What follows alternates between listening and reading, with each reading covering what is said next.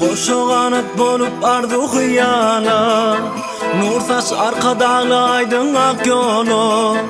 Bahtiyarlık bakta duamak bolup, hoş geldin te değil idi diyara.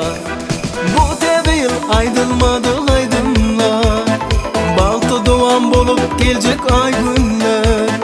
Bu acak fırsatta biri dostluğunu kutla koşurum günler. Doğama sen bir karanlık de sana, doğama sen bahtiyarlık bu sana.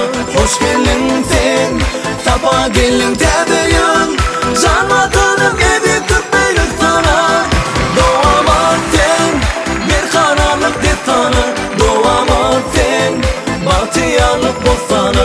Hoş geldin sen, sabah geldin tedeyin, can vatanım evi Türkmeni sana.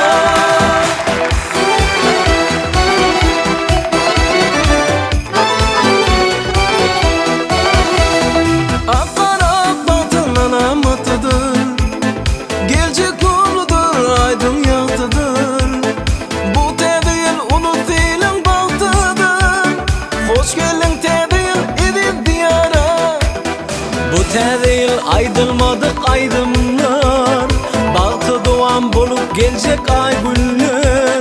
Bu acap fırsatta biri dostluğunu kutla koşurum günler. Doğama sen bir karanlık de sana, doğama sen bahtiyarlık bu sana.